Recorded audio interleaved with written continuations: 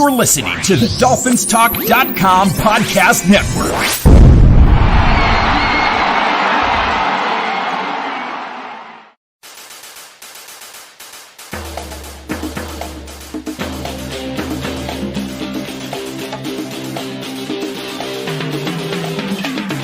You're listening to DolphinsTalk.com daily, the most listened to daily Miami Dolphins podcast on the internet. Come on, Dolphins fans. Time to fins up.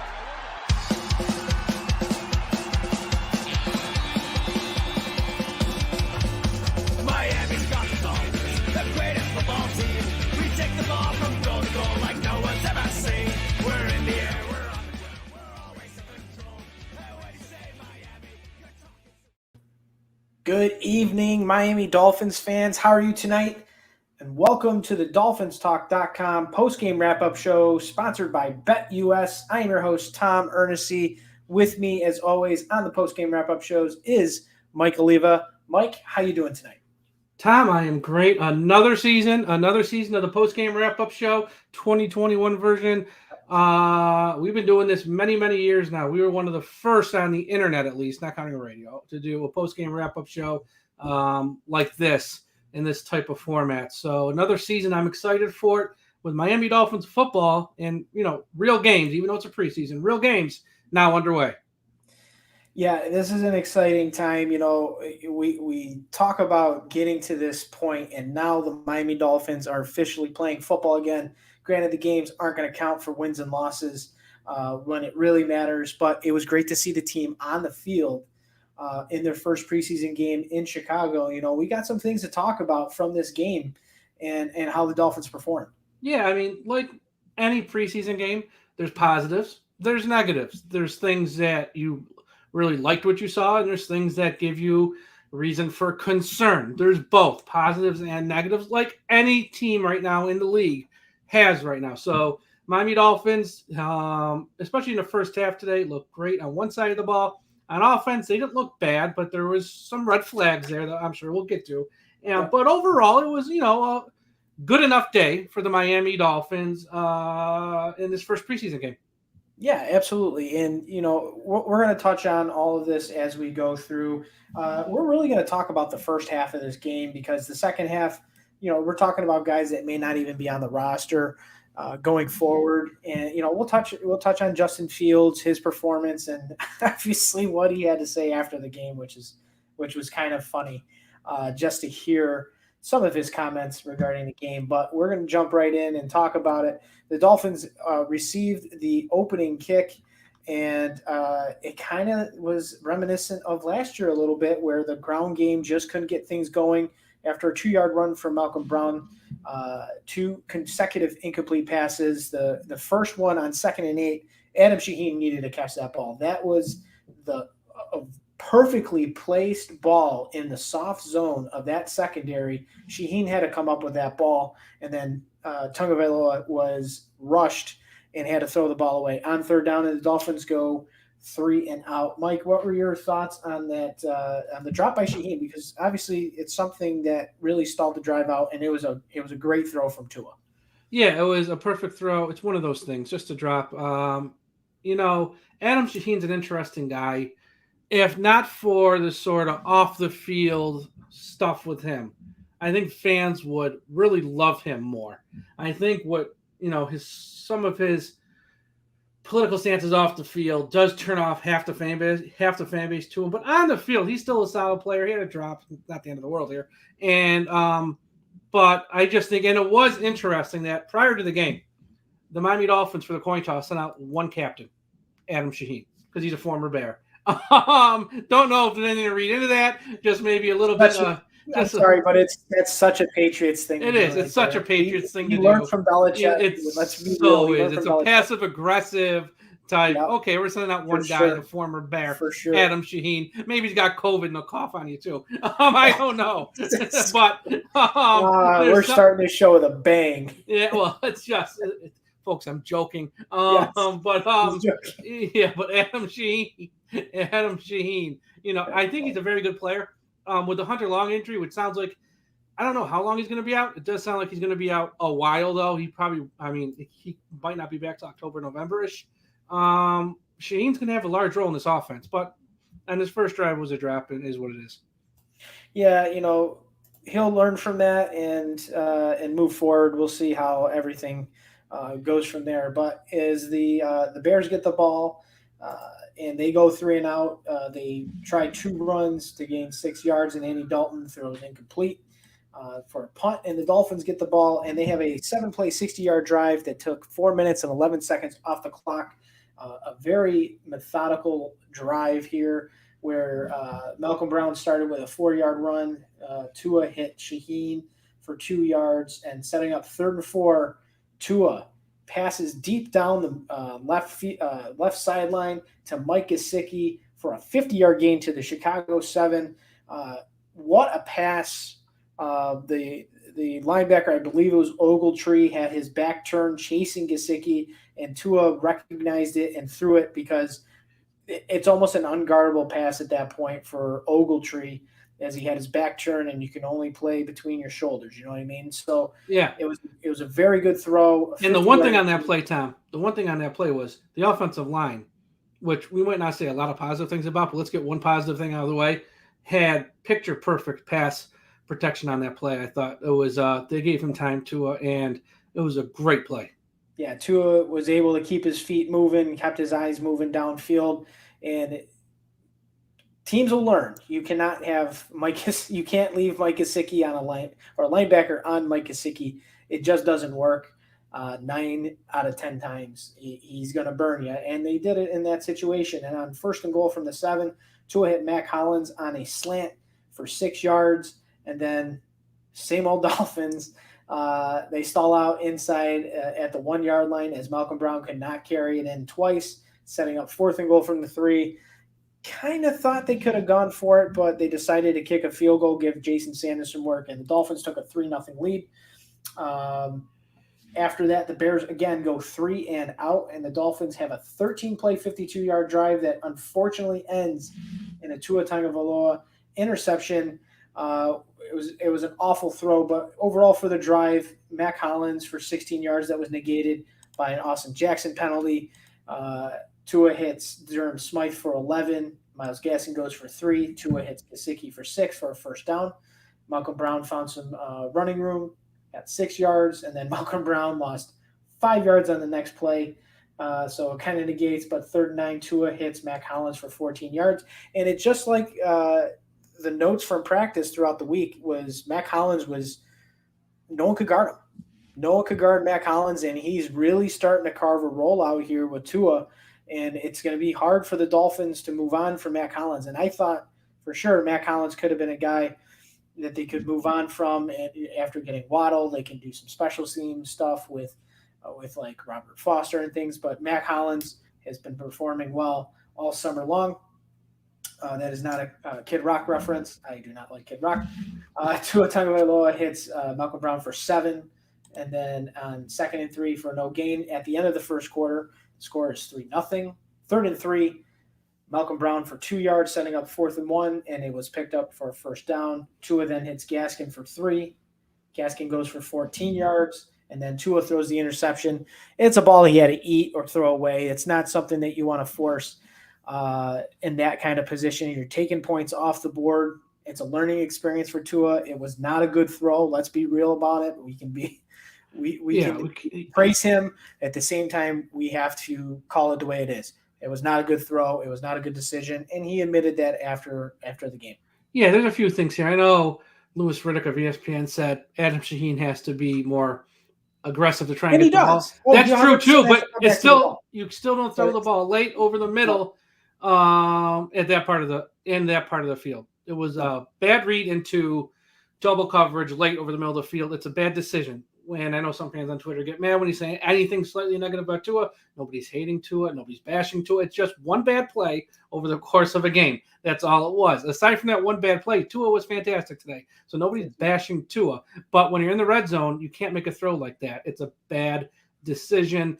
And, hopefully we don't see it again. But in this game, it's a knock. That was the one bad play. I was surprised He went out there for the third offensive series because I thought you're playing with fire in two ways. You're playing with fire. Number one, this is the first preseason game. Only bad things can happen. Really, only bad things can happen in the first preseason game. So putting him out there for a third offensive series, especially how the offensive line, outside of like a play here and a play there, really wasn't that good today. So you're playing with fire, and there's a chance he could take an unnecessary hit. That's number one. Number two, Tua, up until that last pass, was having a fantastic day, but that one pass puts a wet blanket on the entire day. And it's like there was no upside, I felt, and I said it in real time on my social media account. So it's not a second guess. This was a first guess of putting him out there for the third offensive series. I'm like, this makes no sense.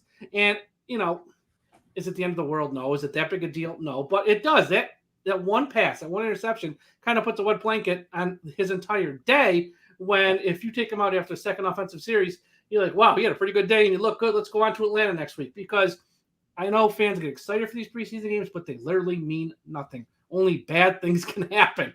And but overall, Tua was good. Let's not, bury the headline here. Tua had a very good day, and there's no doubt he is going to be improved over what we saw last year.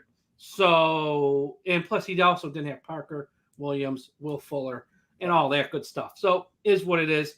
But, Tom, let's take a little break here and talk about a few things. Number one, Malcolm Brown came out as running back one, as he has been listed on the depth chart. And he wasn't great today, but again, it's tough to get a fair judgment of any running back in the first half because the offensive line just wasn't good. Malcolm Brown, though, near the goal line at the one. Got to get in the end zone. You got to get in the end zone. Now, I know the offensive line was bad. There's clips online for people who can find, Omar Kelly just put out a clip of the one run at the goal line. Michael Dieter, who I'm not a fan of, and I've been saying it for weeks, was laying on his back. He did literally nothing on the play. So any running back's going to struggle. You could have Jim Brown, circa 1963. He wouldn't have got in on that play. So it's not all Malcolm Brown, but what do you think of Malcolm Brown at running back one today? It gave me a twitch thinking about Jordan Howard, to be honest. He wasn't Jordan Howard, man. No, he wasn't Jordan Howard, but the stats were saying that he was. So the offensive line has to do their job 100%. There were certain instances where you could see the play that, the design play doesn't develop, but there was gaping holes on the other side of the line of scrimmage. That's a vision thing. And, over time, those running backs like Myles Gaskin, potentially Malcolm Brown, Savon Ahmed, who had a good game today, those guys are going to start seeing those things develop. You remember the times when Ricky Williams was running the ball when he first came to Miami and the design run doesn't work. Ricky Williams stops at the line of scrimmage, bounces it the other way, and gets 5, 6, 7 yards or even goes further than that. I'm not saying any of these guys are Ricky Williams. No, none of you guys can do that. These guys, they can't hold a candle to Ricky Williams. But there's a point when you're watching the film and you see those things break down. You have to try to make something. You have to try to figure out a way to make something out of nothing. And there was a lot of nothing up front from the offensive line in this game. But it is what it is. I don't think he'll be running back one when the season starts. I think that they have him listed at running back one because they are going to have Myles Gaskin be the guy. That's from all indications that I'm seeing. I don't know. But I don't think it matters. I think it's going to be a split anyway. So I don't think it matters who's listed as one. I really do think it's going to be probably 40-40 time share with 20% going to Salvon Ahmed, unless they go out and make a move to get somebody, which they should. But I don't think it matters who's listed as one. I think Brown, obviously, though, when they get near the end zone, he will be the back in there because he does have the size. He can move the pile. I know today he didn't, but not all that's his fault either. That offensive line was brutal today. So I do think it's going to be a timeshare with him and Myles Gaskin. Salvon Ahmed looked really good in the second half, but again, second half of that game, he was going up. He wasn't going against the Bears' first-string defense. So you got to take all that with a grain of salt. But the offensive line we have to talk about here because the offense, Austin Jackson today, and once again, he's young. And I know here's the thing. He's 21. He's young, and it's only year 2, but he's got to be better than this. He was picked in the first round. So that's not an excuse anymore that he's young. Because if he's this young and if he's this raw, we should never have drafted him in round 1. And he played a lot of games last year. He did. and he was got fine. a lot of experience he had a lot of experience as a rookie. He played admirably at times. I wouldn't say he was, top 50 tackle in the league, but he was decent. Good enough. He was good enough. Good enough. You figure that you build on those, those wins from last year, and today was not a good showing from him. So I'm sure one play he almost had our quarterback's leg freaking broken because he got beat so bad, and the guy fell right into Tua. It wasn't pretty. Solomon Kinley did not look good either. But Michael Dieter really did take the cake. I mean, I've been saying this the past couple of weeks on this podcast, the ones I do with Ian, with you. I do not know what the thought process was this offseason, with the thought that we're going to give this guy a chance to be the number one starting center. As 2019, he was brutally bad. 2020, he hardly played. And once again, our offensive line is not so talented that somebody can't crack that lineup. If you have even the least bit of skills, you can get in. Those three were just not good at all today. Matt, I think heading into next week, I really hope – I don't know. I hope that we give Matt Skura a chance with the first string. Not that I expect him to be a world beater, but I don't think he can be as bad as what we saw today from Dieter. Again, I know it's one preseason game, but when you watch the tape, oh my God, it's like, this is not good. Yeah. Again, we're preseason game one, but indicators right now is Chris Grier is on the phone trying to figure out something, because that was the Michael Lombardi report last week. And I can see why. I can see why too. They have to get better. And, the way that Tua played in this game, again, take the interception away. You look at how he played with that offensive line. Exactly. Without his top receivers, that is a positive step in the right direction when it comes to his play. And I expect big things from Tua in year two. I think once he gets his footing, once he gets his guys, we didn't see a ton of Jalen Waddle on offense today. We saw him on punt return, and he had an electric punt return, so we could see why they want to use him back there. But they didn't have Parker, they didn't have Williams, they didn't have Albert Wilson, and all reports are those guys with Tua, they've been pretty much unguardable in camp for the most part. So the offensive line has to do better, and Chris Grier right now has to understand this is not a group you want day in and day out protecting your quarterback. Now, obviously, again, preseason game one. No Liam Eichenberg either. No Liam Eichenberg. You have 2 preseason games left. If this second game against the Falcons next Saturday night is a complete and utter failure, like it was today against the Bears, you better be doing whatever you can to get players here that can play up front for Tua, because this could be a long season if they can't protect the quarterback. Well, here's the thing. There's a couple of things here. Number one, when it comes to the offensive line, I don't think you're going to find a starter anywhere this time of year. Nobody's going to trade one. Nobody's going to have one released. This is who they had an entire period in free agency and an entire draft. This is who they picked. This is who they're going to war with. I think the guys who are starting are going to start. Liam Eichenberg, when he comes back, I really have high hopes for him. I think he's going to be really good this year. That does change things. Center, it is what it is at center. I don't know. But there's that. I think, but for depth-wise, they do need more guys. Maybe Fluker, if he gets healthy, you can try to bring him back. I don't know how bad that injury was. Nobody really does. That's the problem. You can always try and bring him back. And there are some, there's some other small moves you can make. Yeah. So, Mike, one thing I will say real quick is Omar Kelly put it perfectly. Why are you trading Eric Flowers? Well, I've said that for weeks. I don't know why did they trade Why Eric are we Flowers? paying for him to play to Washington? It makes no sense. Yeah. We're paying for him to play for Washington. It makes no sense. And Flowers arguably was our best offensive lineman last year. But even if he wasn't, having him on the roster doesn't hurt when you're paying him anyways.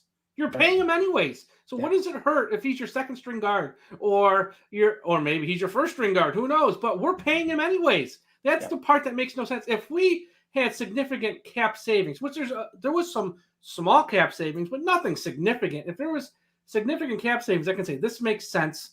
Fine. But when one offensive line is a weak spot on your team, and two, there's no real savings because you're paying him against your cap for him to play for another team. That move never made any sense. Never made any sense. And I've been saying it for weeks. There's things you can question, and I'm sure, once again, look, I have a real job. Tom, you got a job. Our jobs don't hinge on this stuff. So if this blows up, there's people whose jobs hinge on this stuff. But we'll see. And once again, I know it's one preseason game. It's not. I don't want this to be a totally negative thing, but you can sort of. It's like the Titanic. You see the iceberg ahead.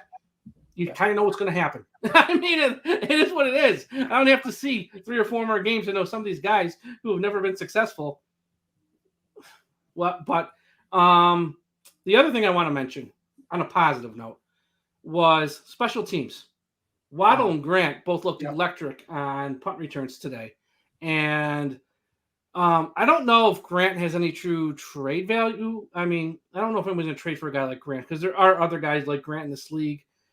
He can't help you at wide receiver, really. He's really just a returner. And I don't know what a team would actually part with for just a returner.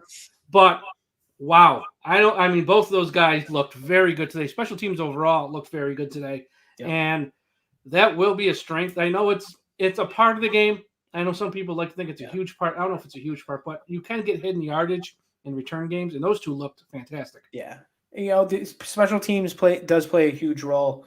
Obviously, over the last few years with the Dolphins, we've seen a big change in the special teams unit and how they've performed. Obviously, Jason Sanders, an all-pro kicker, continuing to make kicks.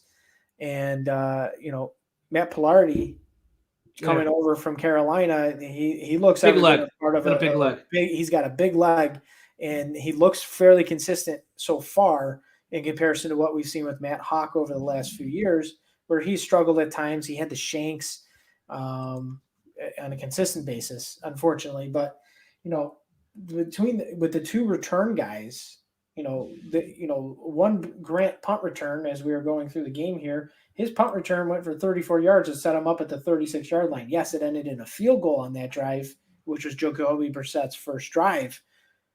But that's a difference maker. And if the special teams can do this on a consistent basis, it helps the offense. And we saw that last year with short fields. The Dolphins took advantage of it quite often. And, they have the pieces in place. Now, regarding like the kick return, punt return thing, again, I'm a proponent. I don't want to see Waddle back there.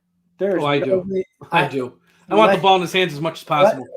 I would prefer him just to be on offense, let him do his thing there. But after watching that first punt return today, which it looked like it was going to be dead in the water as soon as he caught it and made his first strides, he found a way to turn that into a 27-yard return or something like that. Change of direction he has is just it's crazy. You just have it or you don't. And he has it. When you take a guy number 6 overall, you can't play in fear. Now, if he was our number 1 wide receiver, it would be totally different. I'd be like, okay, I would have the same thought process as you. We can't risk losing our number 1 wide receiver. He's not our number 1. He's at best our number 3. Okay. When everyone's healthy, Will Fuller, Parker, Waddle's at best number 3. So I don't mind having a punt returner with a number 3 wide receiver because he is so good at it. If he wasn't as good, I wouldn't want it, but he is so good. I mean, it looked like he did that change of direction, and he didn't even break a sweat. It looked like it is unbelievable. And in a real game, if he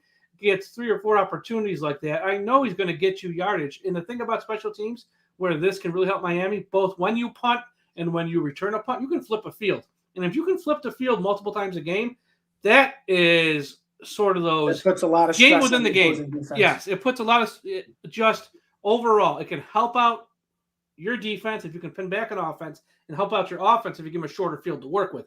Yeah. So flipping the field both in the return game and if you have a strong punter really is something great teams can do and they use to their advantage. And I think Miami has the potential with either Waddle or Grant in the return game and with our new punter to be able to flip the field a few times a game, which can really help you inside. It's the small game inside of a larger game type deal. Yeah. So real quick before we move on to some other things here, after the Dolphins field goal to make it 6-0, another Chicago punt. The Bears went 3 and out. Let's see, 1, 2, 3, 4, Their first 5 possessions, they went 3 and out. Well, which makes it funny because Justin Fields after the game, Fields had a strong second half, no doubt about it, but it was against Miami's second string. In the first half, Justin Fields, looked like a rookie quarterback who, they got, I think, he looked like he was jittery. He looked like he was jittery going on there. They had 2 first downs in the first half, and they came pretty much right before halftime when Miami was just playing a little bit softer. Justin Fields said after the game, it was actually kind of slow to me. Dude, we saw this last year with Tua. Bad comment. Number one, you weren't facing Xavier Howard. You weren't facing Byron Jones. Nor were you facing a scheme defense. Or that's number 2. You weren't facing a scheme defense. And number 3, it's your first preseason game. Yep. So, Tua said that last year. It wasn't smart. Well, he said something very similar. It wasn't smart when he said it. And this ain't smart either. Right. Just, keep your mouth shut. It's your first preseason game. This is a glorified practice session. Outside of that, I will say this, if there's any Bears fans watching or whatever, I will say this. After watching Andy Dalton, I don't know why you and then at the end you're watching Nick Foles. How can you not start Justin Fields? Yeah, I don't know how you don't start. The only way you don't start him is if that offensive line is really a mess. For me, I think Justin Fields, we see why he's a first-round draft pick, right? The athleticism, he's got a good arm, he's smart, he's going to learn, and he's going to have to probably do it on the fly. And I think Matt Nagy and Ryan Pace is the GM's name. They think they bought themselves a year when they took him and traded up for him because they sold a lot of draft picks to move up to get him, and they're buying time. But I think Justin Fields is going to be a good football player. Just shut up and play, man. There's no reason to say that, especially after a first preseason game against a team that's playing soft defense, vanilla. They're not scheming. They're not blitzing hard. Well, here's the thing about this game. We've sort of spent the first half hour just talking about the offense.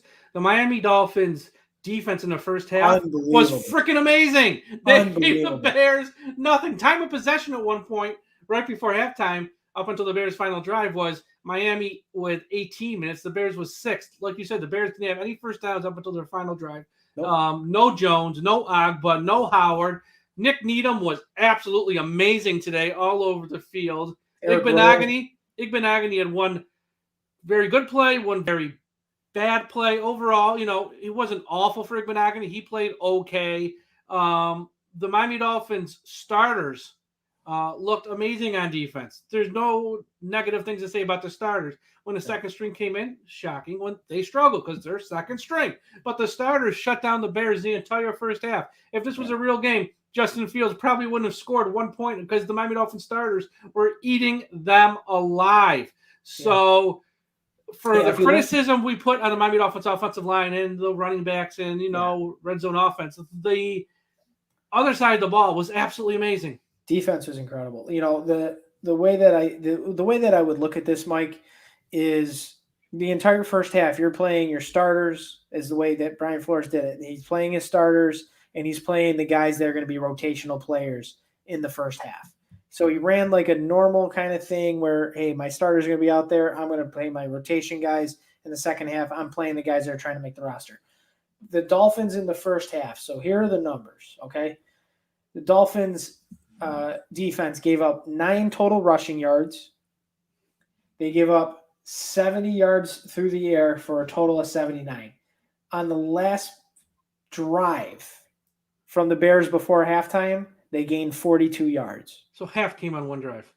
Half of it came on one drive. And again, not running a real system. They're playing vanilla. They're not doing the exotic blitzes. They're not doing the cover zero stuff. They're not doing the normal things they'll do on Sundays. And that is what the Dolphins defense can produce. And that's without their top 2 corners, their pass rusher and Agba. I believe Jalen Phillips was also not playing. Yeah, he didn't play today. So you don't have your array of weapons on defense. Like they didn't have them on offense. They didn't have them on defense. But the defense shows how good this unit can be. And if this progression continues towards the regular season with all the guys on the field healthy, ready to go, they are going to be very difficult to play against. And you look at who the Miami Dolphins play this year, some of the quarterbacks. Let's just look real quick here. You got Zach Wilson twice, a rookie quarterback. That should be advantageous to the Miami Dolphins with their defense. The Patriots, whether it's Newton or Mac Jones, you got them twice. That should be an advantageous matchup for the Miami Dolphins and their defense. Houston has no quarterback. That should be an advantageous. Jacksonville, I think Lawrence will be really good. He's still a rookie. Carolina, Sam Darnold, that should be advantageous. Giants and Jones, I'm not quite sure about how good he is. That's going to be advantageous to Miami. Even the Saints, Winston, you never know if he's going to be hot or cold.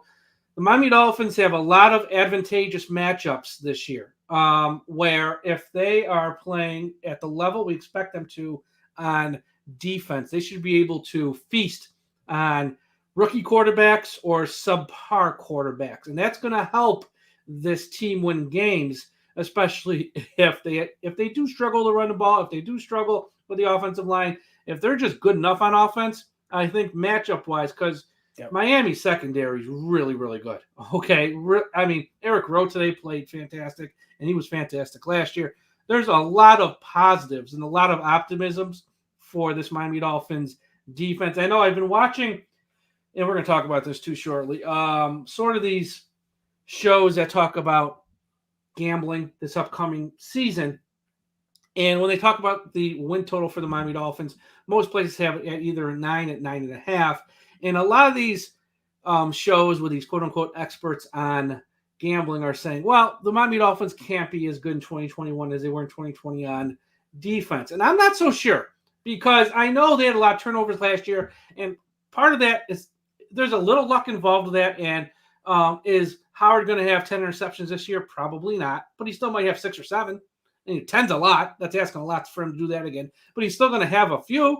And he might not have as many. And that side of the ball might not have as many turnovers. But they're still going to be very good. And they might not give up a lot of points like they did last year. So I still think when you look at matchups, because the NFL is a week-to-week league, you look at advantageous matchups of your strength, which is that side of the ball for Miami on defense, against quarterbacks who are, rookies, or guys like Newton, who's, he's seen his best days. Miami should be able to have solid days against those teams. And then you throw in like the Panthers and Sam Darnold, Houston, Jones for the Giants, who's all right. I think Miami is going to have a lot of advantageous matchups this year in games. And if the offense can just play good enough, I think they're going to win a lot of games. Yeah, they can definitely win a ton of games with their defense. We saw that last year. Their defense. It's going to be the same recipe this year.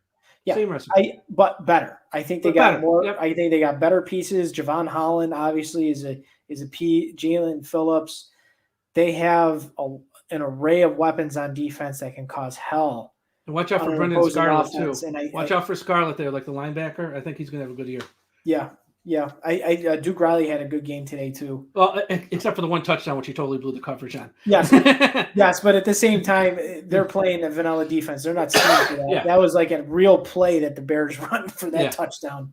All right, so we're about halftime. It's that time in the show time. We all know about that time in the show.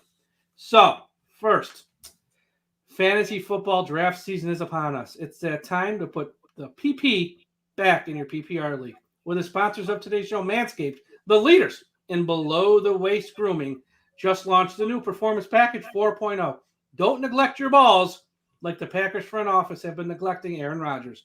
Join the 2 million men worldwide who trust Manscaped and get ready for kickoff by going to manscaped.com and using the promo code DolphinsTalk to save 20% in your order and get free shipping.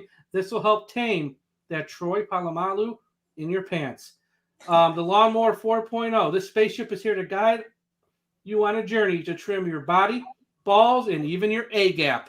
Everyone go to manscaped.com, use the promo code DolphinsTalk, save 20%, and get free shipping. And also this year, we have another sponsor here on the DolphinsTalk.com podcast, BetUS.com, for all of your gambling needs. Go to BetUS.com, use the promo code DolphinsTalk, and when you sign up, and you make a deposit of $100, you get a 125% sign-on bonus. That's right. You put in $100, they're going to turn that into $125.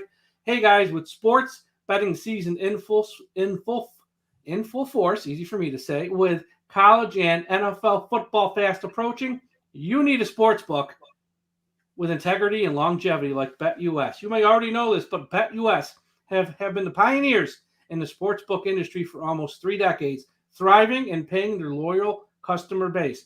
That is BetUS.com, and they have loads of bonuses. Join now or call 1-800-69-BET-US. That's 1-800-MY-BET-US, and you receive 125% sign-up bonus by using the promo code Dolphins Talk.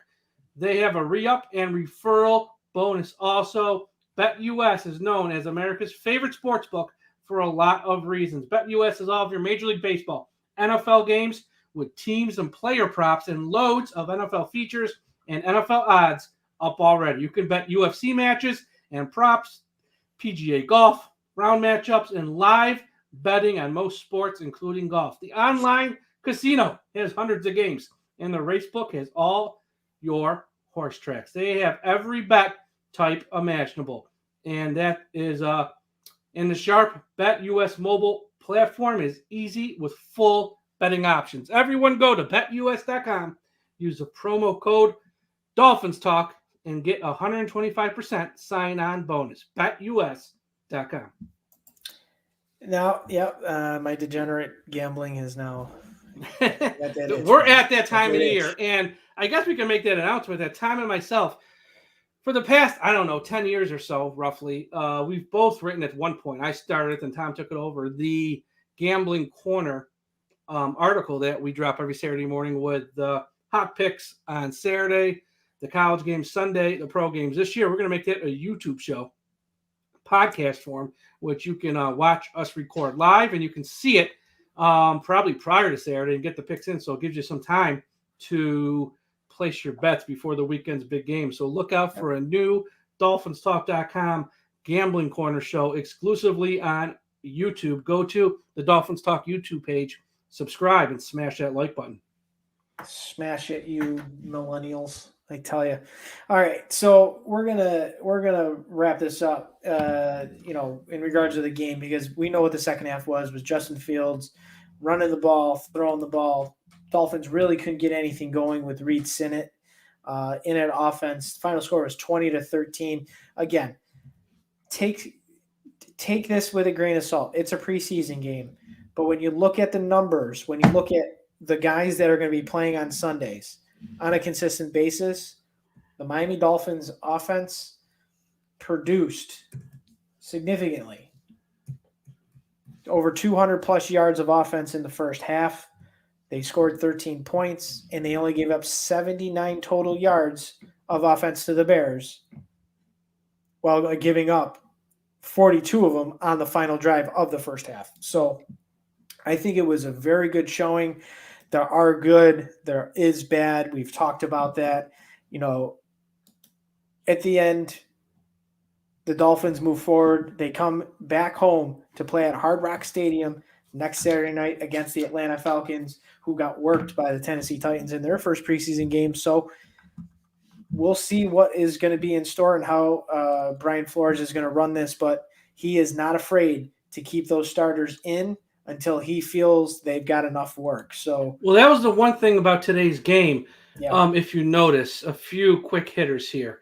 The first string offense came out after that third drive. The offensive line did not. You could tell he was not pleased with that starting offensive line. He kept them in longer after out came Tua and some of the other starters on offense like Waddle, Mike Gesicki. That offensive line stayed in because he wanted to give them more work. Clearly, you could just tell, kind of almost like a punishment, like you're staying in because you guys gotta put much. This is just not good. So there was that. I thought that Reed Sinnett and Jacoby Brissett actually looked pretty good. Now, again, first preseason game, they're playing against guys who aren't going to be in the league. But I thought they both had some quality drives and looked pretty good. Jacoby Brissett, if he has to play in a pinch or something, he's not going to kill you. I don't know how much he's going to help you, but he ain't going to kill you. And Reed Sennett's a guy as your third quarterback, maybe on the practice squad and stuff. Yep. There's worse options than Reed Sennett. I thought he showed a little something there, and that's a guy who I wouldn't mind having there. The backup front seven on defense didn't look great. So depth issues there, which was a concern. It's not a huge concern for me because unless there's a rash of injuries, second string linebackers and stuff, I'm not too worried about. Plus, we have Elandon Roberts at some point should return, which will help there. But overall, it was a solid day for the Miami Dolphins on defense and offense. Really, outside of that offensive line, looked very good. Matt Collins looked good. Tua looked good. The tight ends looked good outside of one drop from Shaheen. I mean, overall, there's a lot of positives here to build off of. But as I told Ian last week, the story of the 2021 season each and every week, we know the microscope will be on our quarterback, and that's because it is what it is. But the offensive line, for the intelligent fans of the Miami Dolphins, for the diehard fans who listen to podcasts like this and other Miami Dolphins podcasts, who follow the team day in, day out on social media, we know our microscope is going to be on that offensive line and not as much on the quarterback, because that's where this season is going to be won or lost. I guess we should do, Tom, the good, the bad, the ugly, and the game ball we got to give out. So I'll let you go first. Well, who's your good? The good for me is was the defense as a whole. I think that was without a doubt the top thing that went really well. I would put maybe number 2 being special teams unit. I thought both of those units were really, really good. And, I'm looking forward to seeing what more they can bring to the table going forward. Yep, my good was the punt and return group of Waddle and Grant. I thought they were just absolutely fantastic, and I was very impressed what we saw from special teams and those guys in particular. And maybe Grant will have a role here in Miami this year. I don't know. That's going to be one of the more interesting cuts, because I can tell you right now, if I went through this Miami Dolphins roster, out of the 53-man roster, I could probably tell you 50 guys who are making this team. Those final 3 I have no clue about, and I think he's going to be in that mix for the final 3. Just if they want to carry that extra wide receiver / punt returner, or if they want to do this, they want to do that. I don't know. There's probably 3 spots that are really, truly up for grabs, and I think he's one of them. So that'll be ugly. So that'll be something to watch. Who is your bad? Just say it. I'm going to say it if you don't. It's the offensive line. Yeah, well, Austin Jackson in particular. Yes, it's the offensive line, but I'm going to hone in once again on Michael Dieter and Austin Jackson. They were brutal today. And, I know fans like to make themselves feel warm and fuzzy. Oh, it's second year. Oh, it's first preseason game. I know, but these guys, they've been here long enough. I mean, come on, we got to get a little better than this. A little better than this. That's the good. That's the bad. Who was the ugly? What was the ugly in today's game? Tua's throw. I just had red zone offense overall because of the plays at the goal line and the interception, which I think was in the red zone. And Brian Flores said it perfectly. He was thankful it was a preseason game, but you have to score touchdowns in those 2 situations. The offense was moving the ball very well after that first drive. You get inside the 1-yard line, you need to punch it in. You're inside the red zone. You can't throw it into the middle of the field late in triple coverage. It is what it is. But yeah, that was probably the worst part of the game. And I'll agree with you that the red zone offense was tough to watch. But overall, I think this was a good first showing for the Miami Dolphins in this preseason. And, we'll see how they deploy them going forward in games 2 and 3. Who gets your game ball? Yeah, I can go first if you want. Yeah, go first. Nick Needham. Nick Needham was absolutely fantastic. No Xavier Howard, no Jones, and I thought Nick Needham, he broke up a few passes and just looked fantastic out there today. Nick Needham gets my game ball. All right. I'm going to go Lynn Bowden Jr. And to play. I think the reason I'm going with Lynn Bowden is, he's a guy that's really fighting to carve a role out on this team. And he showed out today, 4 catches for 47 yards along with 17 on 5 targets. And that's with Breed Sinnott and Jacoby Brissett. So I think Bowden, he still has a legitimate shot to make this team. Obviously, they can still stash him on the practice squad if he makes it through waivers, which is going to be tough. They gave up a draft pick for him. I don't think they're going to give up on him, but that wide receiver room is deep. He was a 3rd-round pick by the Raiders, too. and he's Yes. only 1 year in the league. So he is fresh on the mind of every team because he was in the 2020 draft and picked in round 3. So every GM and scout, he is fresh on their minds. I don't think he would be able to survive waivers. If you cut him, I think you are just moving on from him. He'll end up somewhere else. Yeah, I think someone would grab him in a heartbeat. The thing is, we know the top 5 wide receivers from Miami. Those are kind of set in stone. It now comes down to how many will they carry and who rounds out that group. Matt Collins or Robert Foster, one of those two are going to make the team, not even as a wide receiver for their special teams role, because they play the same type of special teams role. It's going to be tough to not hold on to Matt Collins, I got to admit, after the first 2.5 weeks of camp here. So, I mean, it's just going to be tough not to hold on to him. So, I don't know what that means for Foster. And Grant, again, if there's a team who wants to part with literally anything, I think Miami might have to, because they do have other options, a punt returner, and they have a logjam wide receiver. So, you might be able to get anything back. Maybe you throw him in a 5th or 6th, you get a running back. Maybe you throw him in a 5th or 6th, you get a backup offensive tackle. I don't know. You might be able to get something. I just don't know how many teams want to trade for a punt returner. That's the question there. The other thing, 2 topics we got to cover real quick that weren't talked about in today's game. Number 1, we should answer this now because I really don't want to talk about it all year. And we don't talk about it much on this show because, honestly, I care, but I don't care that much. And do you think Zach Thomas will get in the Hall of Fame next couple of years? We don't talk about this because here's the thing. It will happen. Okay, it's going to happen. It will happen one of these times. And last week, Jimmy Johnson went up on stage and he said, Zach Thomas belongs up here.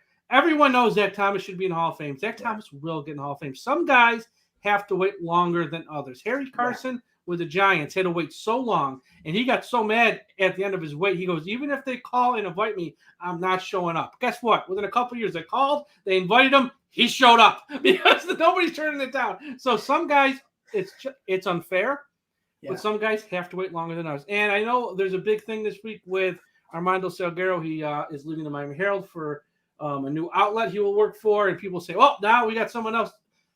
There's a couple things here.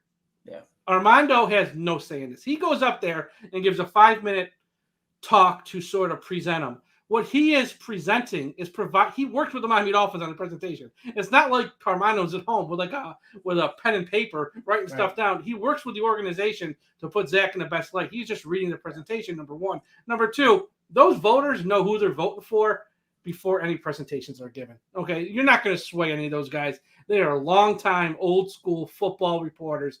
And whoever presents Zach, those guys know who they're voting for. They're not going to be swayed by a 5-minute speech. So don't blame Armando. You might not like Armando for various reasons. Don't blame him for that. He literally has no say in it. And he's also probably going to stay in that role because it stays with the person, not with the newspaper, unless he doesn't want it anymore, which I doubt he would pass that up. So, yes, Zach will get in, Tom. Zach's getting in. It's just when.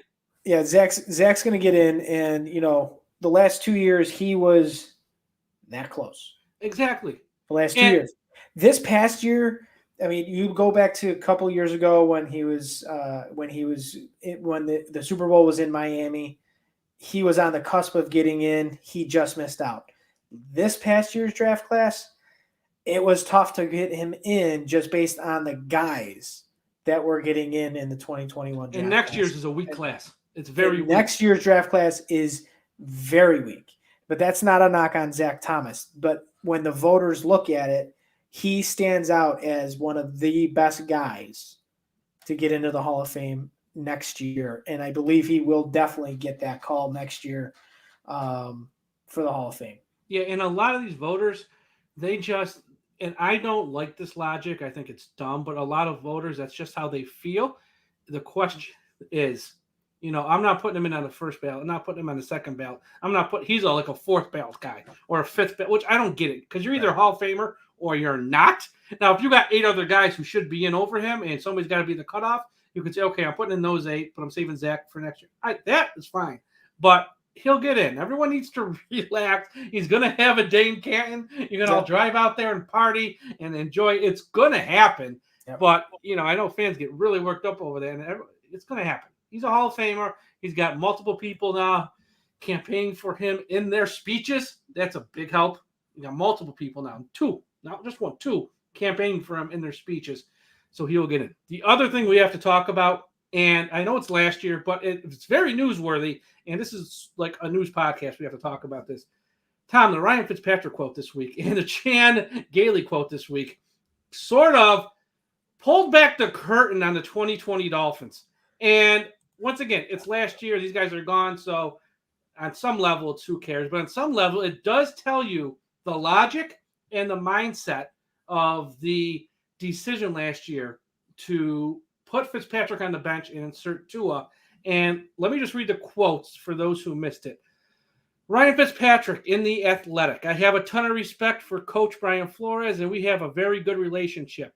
But I thought it was a joke at first. We're putting Tua in. I was floored. That was my team.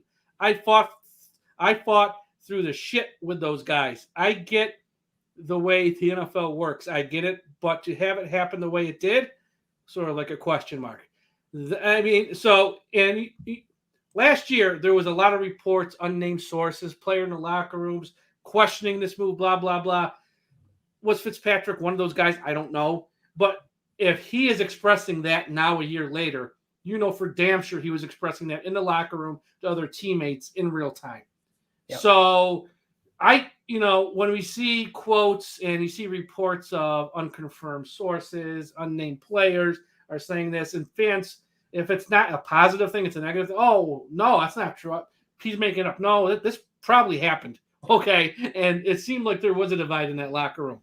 The other quote, that Chan Gailey, who's been, I'll give Chan credit. Since he left the Dolphins, whether he was retired, whether he was fired, he stayed quiet. He's an older man, stayed home, probably drinking his scotch, smoking a cigar, sitting in front of the fireplace, watching whatever. This week, even he spoke up about this after the Fitzpatrick quote. Chan Gailey, I was in total shock. We didn't even have a preseason. It was a totally new offense for Tua. We were just starting to hit our stride. We'd won 2 games in a row, scored a bunch of points, and we moved the ball well. It came as a shock to me. The fact that the offensive coordinator wasn't consulted on this move, Tom, you don't need to be Scooby-Doo to solve this mystery. The call to insert Tua into the starting lineup came from Chris Greer and owner Stephen Ross. Because if you don't consult the offensive coordinator and your head coach doesn't loop in the offensive coordinator, who's making the call? Oh, we lost Tom from poor internet service. Nope. Okay. Nope. Now you're back. Well, Spectrum. So.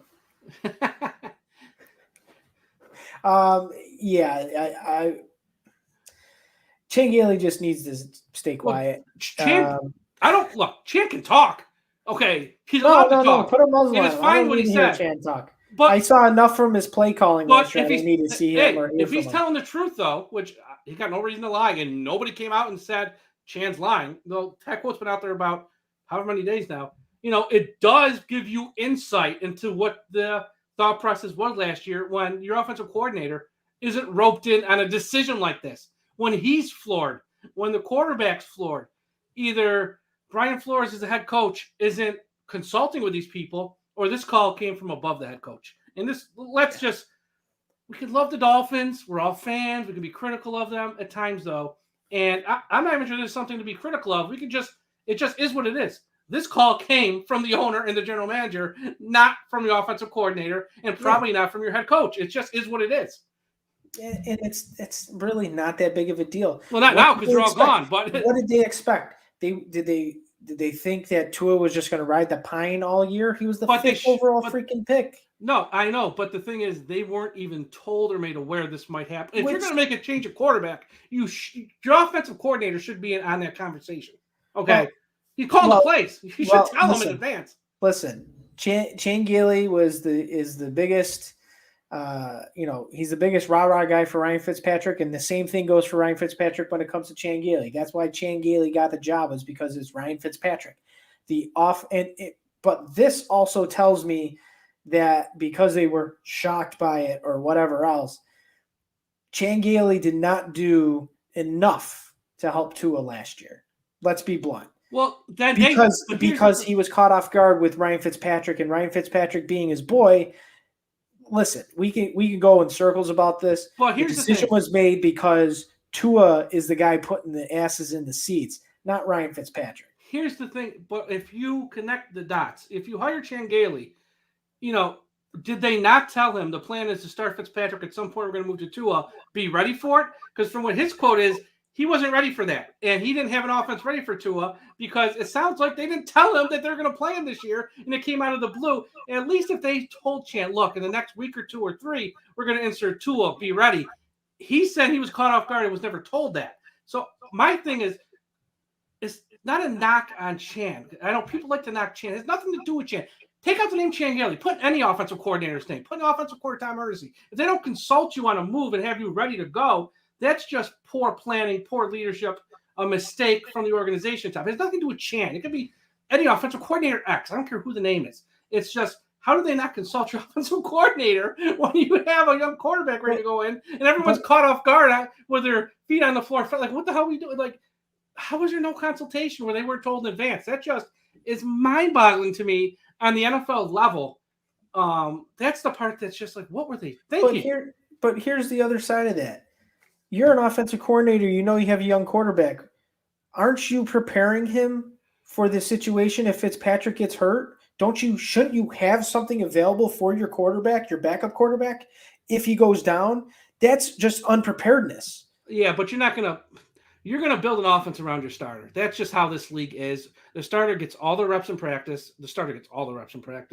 In season, not counting like in August. In season, the starter gets all the reps. You got to build your offense towards your starter. Yeah. I'm sure they sort of tried to change on the fly once they found out we're playing Tua. That's why they probably did it after the bye week to give themselves a week. But, the larger point is there was clearly a lack of communication amongst the front office and the staff. And, what Flores knew and what he did not know is also interesting. We obviously saw last year he was kind of quick to take him out of games at time too when he struggled. Was he sort of in the Chan camp where he was caught off guard too with this call? Or did he know and just not communicate it ever to Chan Gailey? I don't know. I just find it interesting because now we got to peek behind the curtain. Why Ryan Fitzpatrick still talking about his time in Miami? We can debate. Just anytime you're asked about, say, I'm in Washington. The ex-girlfriend. I know. He just needs to move on because he knows this is a move on. Because he knows it's a roster that's ready to win, and now he's not here. That's why he's hurt. But at some point, you're in Washington, you have a new team. It's August.